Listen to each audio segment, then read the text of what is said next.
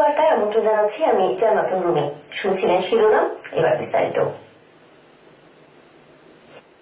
ব্রাহ্মণবাড়িয়ার নবীনগরের ইব্রাহিমপুর সুফিয়াবাদ শাহ সুফি সৈয়দ আজমতুল্লাহ রহমতুল্লাহ আলাইহের ফাজিল ডিগ্রি মাদ্রাসা প্রাঙ্গণে আন্তর্জাতিক মাতৃভাষা দিবস উপলক্ষে 635 জন শিক্ষার্থীর মাঝে শিক্ষা উপকরণ বিতরণ করা হয়েছে। বিস্তারিত জানাচ্ছেন আমাদের ব্রাহ্মণবাড়িয়ার নবীনগর প্রতিনিধি জালালউদ্দিন মনির।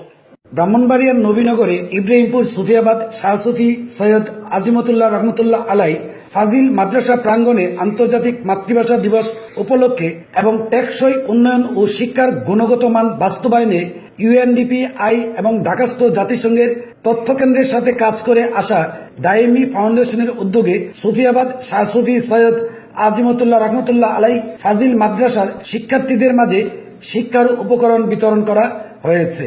এই উপলক্ষে দায়েমি ফাউন্ডেশনের সভাপতি ও আদিমপুর ছোট দায়রা শরীফের গদ্দিনিসিন পীর সৈয়দ ফয়েজি মোহাম্মদ আহমেদ উল্লাহ এর সভাপতিত্বে এক আলোচনা সভা অনুষ্ঠিত হয়।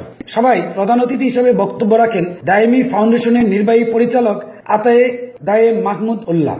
আরো বক্তব্য রাখেন অধ্যক্ষ এনামুল হক কুতুবী, অধ্যক্ষ মাহমুদুল হক, উপাধ্যক্ষ মাওলানা নুরুল ইসলাম, নবীনগর প্রেস ক্লাবের প্রতিষ্ঠাতা সভাপতি আবু কামাল খন্দকার।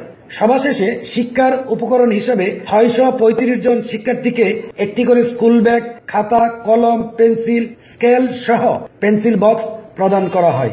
এছাড়া মেধাবী ছাত্র ছাত্রী সহ 143 জন সচেতন অভিভাবককে বিভিন্ন পুরস্কার প্রদান করা হয়।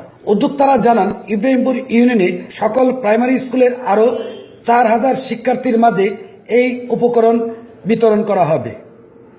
জালালউদ্দিন মনির, বিজয় টিভি, নবীনগর, ব্রাহ্মণবাড়িয়া।